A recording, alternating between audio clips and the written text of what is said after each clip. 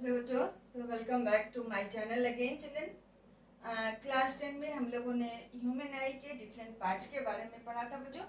अब हम लोग थोड़ा सा वो डिफेक्ट ऑफ विजन शुरू करने के पहले हम लोग को ह्यूमन आई से रिलेटेड कुछ टर्म्स पढ़ते हैं बच्चों। तो ये हमारा छोटा सा वीडियो होगा जिसमें आप वो कुछ छोटा छोटा से टर्म के बारे में आप लोग जानोगे। चिल्ड्रन, मुझे उम्मीद है कि आप लोग देखोगे वीडियो और देख रहे हो, समझ रहे हो, समझने की कोशिश कर रहे हो। चिल्ड्रन, ये आपके लिए बेनिफिशियल ही है अगर देखिए तो, but it depends upon you what you want. और ठीक है, तो हम लोग देखते हैं।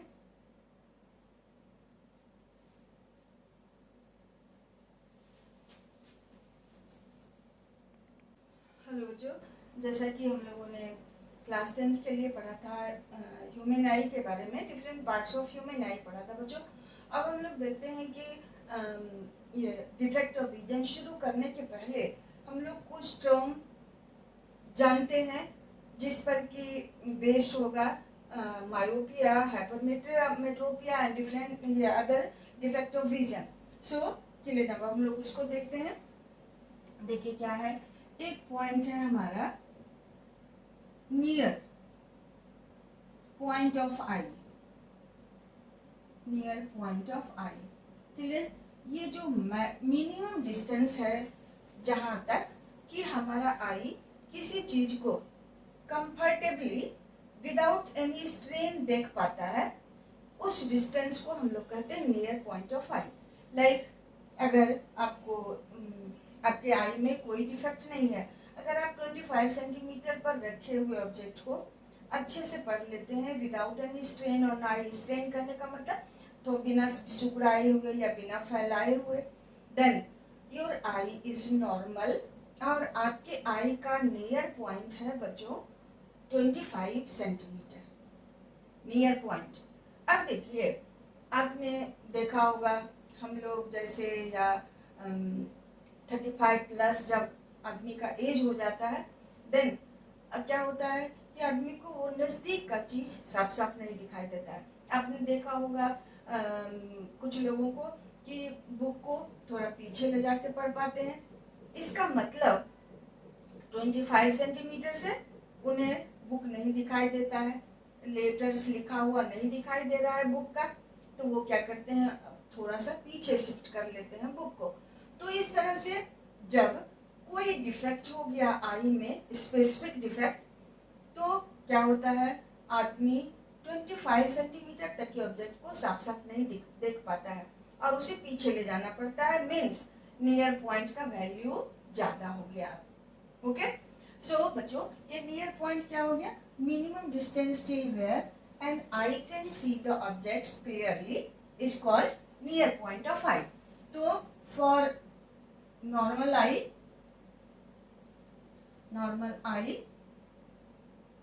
its value is 25 centimeter.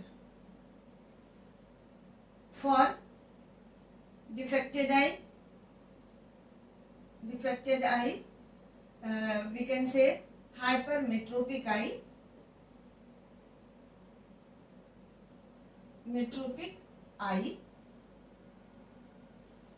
its value is more than 25 centimetre. Children, बात समझ में आ गई नियर पॉइंट ऑफ आई। अब देखिए, दूसरा टर्म है far point of I, far point of I. Children, ये हमारा फार पॉइंट ऑफ आई क्या है, जैसा कि हम लोगों ने पढ़ा है इसके बारे में ऑलरेडी, अगर आपको याद हो तो जरूर आप इसको रिकॉल कर लोगे।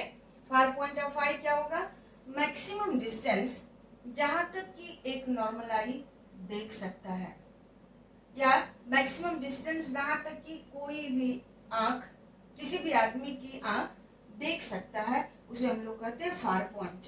बट नॉर्मल आई के लिए इसका वैल्यू इन्फिनिटी होगा, बहुत दूर तक के ऑब्जेक्ट को एक नॉर्मल आंख देख सकेगा। बट अगर ये बच्चों आप लोग के एज में जिन लोगों को चश्मा लग गया, जो लोग चश्मा लगाते हो, उन लोगों को ऑब्वियसली दूर की चीजें नहीं दिखाई पड़ रही होंगी साफ साफ। तो अब क्या होता है कि जब आपने चश्मा नहीं पहना है तो आप क्या करेंगे, जिस चीज को देखना है उसके करीब जाओगे, या उस चीज को भी कोई आपके करीब शिफ्ट करा देगा, तो वहाँ हमारा वैल्यू ऑफ फार पॉइंट क्या हो गया, कम हो गया। तो नॉर्मल आई के केस में value of far point infinity, but myopic eye के केस में जिस आई को दूर की चीज साफ साफ नहीं दिखाई देती हैं, उनके लिए फार पॉइंट का वैल्यू लेस देन इन्फिनिटी होगा। ओके। तो for normal eye its value is infinity,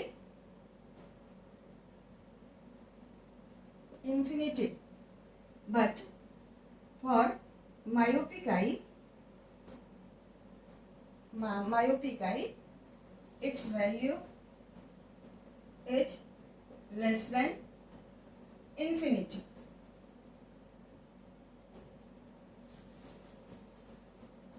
less than infinity हो गया। चिल्ड्रन, ये सारा टर्म्स आपको मायोपिया और हाइपरमेट्रोपिया को समझने में काम आएगा, इसलिए हमें ये सारा टर्म्स जानना चाहिए। देखिए तीसरा एक टर्म है इससे रिलेटेड, परसिस्टेंस ऑफ विजन।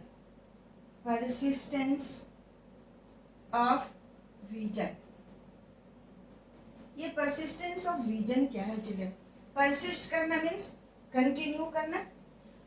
तो यहाँ देखिए आई के केस में ये परसिस्टेंस ऑफ विजन क्या है?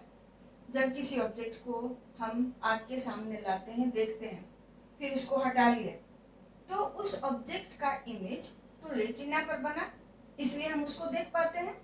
तो क्या होता है, जब ऑब्जेक्ट को हम आँख के सामने से हटा लिए तो भी उस ऑब्जेक्ट का इमेज रेटिना पर 1/16 सेकेंड तक परसिस्ट करता है, कंटिन्यू करता है, और उसी को हम लोग कहते हैं परसिस्टेंस ऑफ विजन। मतलब ऑब्जेक्ट को देखे, उसका इमेज रेटिना पर बना, अब ऑब्जेक्ट को हटा लिए, फिर भी उसका इमेज 1/16 सेकेंड तक हमारे रेटिना पर है, और उसी को हम लोग कहेंगे परसिस्टेंस ऑफ विजन। क्या कहिएगा? The continuance of image on retina for 1/16 second after removing the object in front of the eye is known as persistence of vision.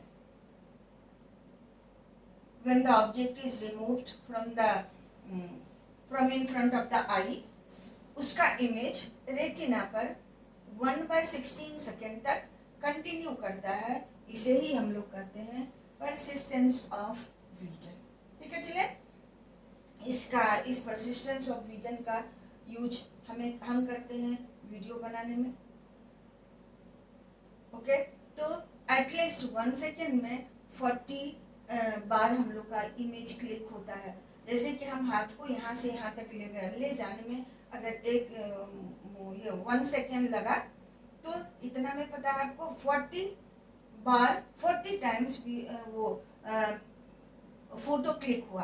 तो हर स्टेप का फोटो क्लिक हुआ, इसलिए हम अपने हाथ को मूव करते हुए देखते हैं। आप हमको अभी बोलते हुए देख रहे हैं, हमारा वीडियो बन रहा है, और इस तरह से वो उसमें क्या होता है, परसिस्टेंस ऑफ विजन का यूज होता है। ठीक है चलिए, उसके बाद देखिए ये है एक और टर्म है accommodation of eye. Accommodation of eye, चलिए हम लोगों ने ह्यूमन आई के केस में पढ़ा था कि जब हमें नज़दीक की चीज़ को देखना होता है तो हम क्या करते हैं, आई पर ऐसे प्रेशर डालते हैं, आई लेंस हमारा थिक हो जाता है, फोकल लेंथ कम हो जाता है, पावर बढ़ जाता है। ओके, क्या क्या हुआ, आई लेंस को हम मोटा करते हैं जब नज़दीक की चीज़ को देखना होता है, उसका फोकल लेंथ कम हो गया, उसका पावर बढ़ गया। और जब हमें दूर की चीज़ को देखना होता है तो हम आई को रिलैक्स रखते हैं, और ना हो तो थोड़ा इस तरह से खींच के भी देखते हैं, उस समय आई लेंस थिन हो जाता है, सिलेरी मसल्स उसको खींच के थिन कर दिया, उसका फोकल लेंथ ज़्यादा हो गया, उसका पावर कम हो गया, और इस तरह से हमारा आई अकोमोडेट करता है दूर के चीज़ को देखने में भी और नज़दीक के चीज़ को भी देखने में भी। तो ये जो प्रोसेस है इसी को हम लोग कहते हैं अकोमोडेशन ऑफ आई। कौन सा प्रोसेस?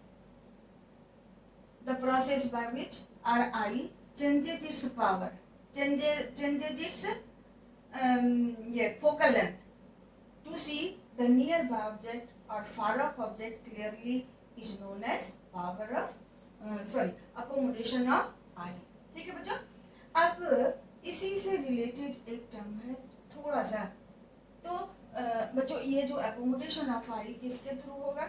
सिलियरी मसल्स के थ्रू होगा। सिलियरी मसल्स आई लेंस पर प्रेशर डालेगा या प्रेशर थोड़ा कम करेगा, प्रेशर डालेगा तो लेंस थिक होगा, उसका फोकल लेंथ कम होगा, उसका पावर ज़्यादा होगा। जब प्रेशर कम करेगा तो क्या होगा? आई लेंस थिन हो जाएगा, उसका फोकल लेंथ ज़्यादा हो जाएगा, पावर कम हो जाएगा।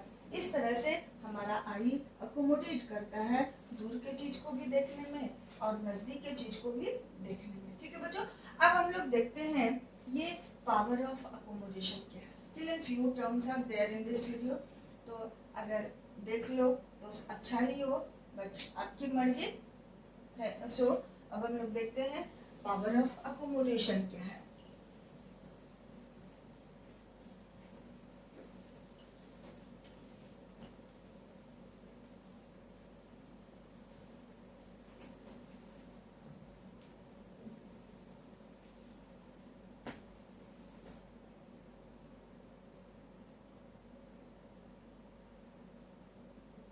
पावर ऑफ अकोमोडेशन, चिल्ड्रन ये पावर ऑफ अकोमोडेशन क्या है? अभी तो हम लोगों ने पढ़ा अकोमोडेशन ऑफ आई, इस ये था प्रोसेस। अब हम लोग देखते हैं कि इस प्रोसेस में हमारा आई का पावर कितना चलता है, कितना कितना इसका पावर है हमारा अकोमोडेशन का, कितना अकोमोडेट हमारा आई कर सकता है। मान लीजिए जब हम थोड़ा ज़्यादा एज हमारा होता है तो ऑब्वियसली हम अकोमोडेट नहीं कर पाते हैं, हमारा आई अकोमोडेट नहीं कर पाता है दूर के चीज़ और नज़दीक को चीज़ के चीज़ को देखने में, इसलिए हम लोग को चश्मा लगाना पड़ता है। तो अब हम लोग देखते हैं ये पावर ऑफ अकोमोडेशन क्या है। The ability of our eye to change the power of eye lens so that nearby or far off object can be seen clearly is known as power of accommodation. The ability of our eye to see the nearby or far off object clearly is known as power of accommodation. So हम लोग निकालते हैं बच्चों power of lens, power of eye lens when we see nearby object,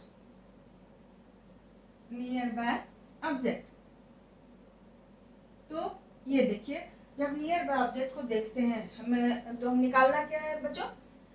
power of eye lens है ना, तो eye lens हमारा convex है और इमेज डिस्टेंस हमारा फिक्स है। रेटिना पर इमेज बनना है जिसका डिस्टेंस लेंस से कितना है? 2.5 सेंटीमीटर। तो अब जब नियर बाय ऑब्जेक्ट को देखते हैं इट मीन्स यू का वैल्यू हमें लेना होगा -25 सेंटीमीटर, भी कितना होगा आपका? 2.5 सेंटीमीटर। अब क्या कीजिएगा, एफ का वैल्यू निकाल लेते हैं, देन पावर निकाल लेते हैं। चलिए, सो अब आप लगाओगे, ये बात समझा आपने? नियर बाय ऑब्जेक्ट को देखना है मीन्स 25 सेंटीमीटर पर के ऑब्जेक्ट को देखना है आई को, तो 1/f is equal to 1/2.5 minus 1/-25। तो ये हमारा हो गया 1/2.5 प्लस 1/25। अब क्या करोगे? डेसिमल को हटा के यहाँ 10 रख देते हैं, एलसीएम 25, ये 10 और 1 11 हो गया। तो f का वैल्यू हो गया 25/10। 11 सेंटीमीटर। तो वो इसको मीटर में हम लोग कन्वर्ट कर लेते हैं। तो हो गया 25/11 एंड डिवाइडेड बाय 100। ऐसे इसलिए कर दिए ताकि आपको अच्छे से समझ में आ जाए। तो 25/11 इंटू 1/100 हो गया। बच्चों ये कैंसिल करके आगे आपको 1/44 मीटर। तो पावर कितना हो गया इस समय? पावर 1/f होता है, तो 1/1/44 यानी कि 44 डायोप्टर पावर हो गया आई लेंस का जब हम नजदीक की चीज को देखते हैं। अब निकाल के देखिए कि जब हम दूर की चीज को देखते हैं उस समय हमारे आई लेंस का पावर कितना होता है।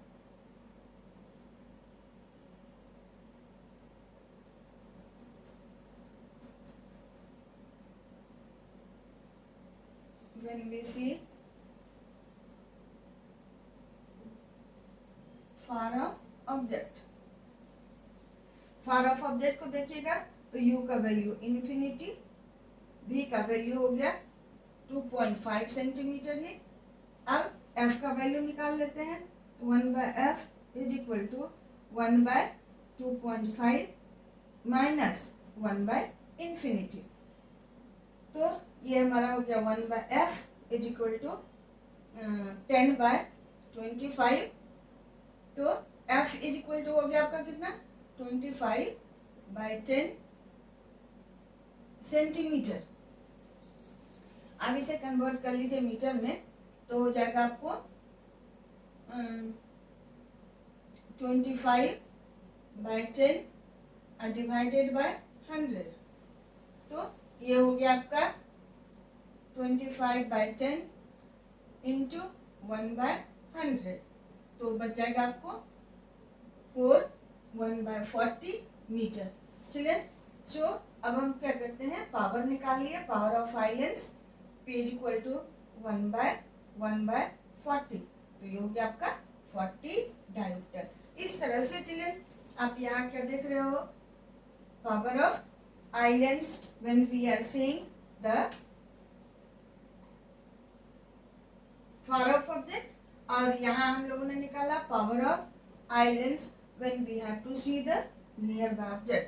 इस तरह से क्या देख रहे हैं आप कि पावर ऑफ लेंस वैरी कर रहा है, चेंज हो रहा है। और कहाँ से कहाँ तक? 40 डायोप्टर से 44 डायोप्टर तक।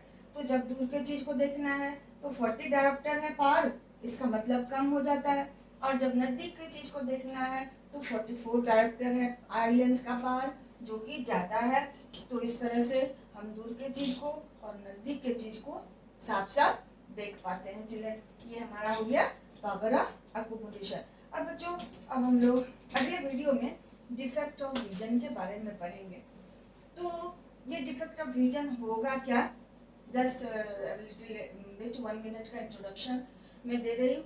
डिफेक्ट ऑफ विजन तो ऑब्वियस है कि आंख में कोई डिफेक्ट होगा तो उसको डिफेक्ट ऑफ विजन कहेंगे।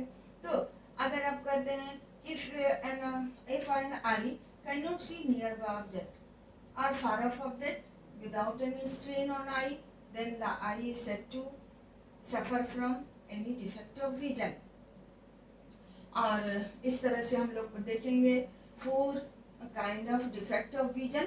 अगले वीडियो में मैं मायोपिया एक्सप्लेन करूंगी बच्चों, तो उसे आप लोग ध्यान से देखो। इस वीडियो को भी ध्यान से देखिए, समझिए, समझने की कोशिश कीजिए। ऑल्दो आई डोंट थिंक कि आप लोग देखते भी हो, मुझे देख के व्यू देख के number of time you people see, हमको तो नहीं लगता है तुम लोग देखते हो, but children even then I am don't care for that, I am passing my time by making video. So इसलिए हमको बहुत टेंशन नहीं है, देखो तो फायदा हो, ना देखो तो भी ठीक है। So thank you for watching, those who are watching, keep on watching children and take advantage of that or benefit of that, and I will also be happy seeing that you people are watching my video and trying to understand the things you have to study. Thank you so much.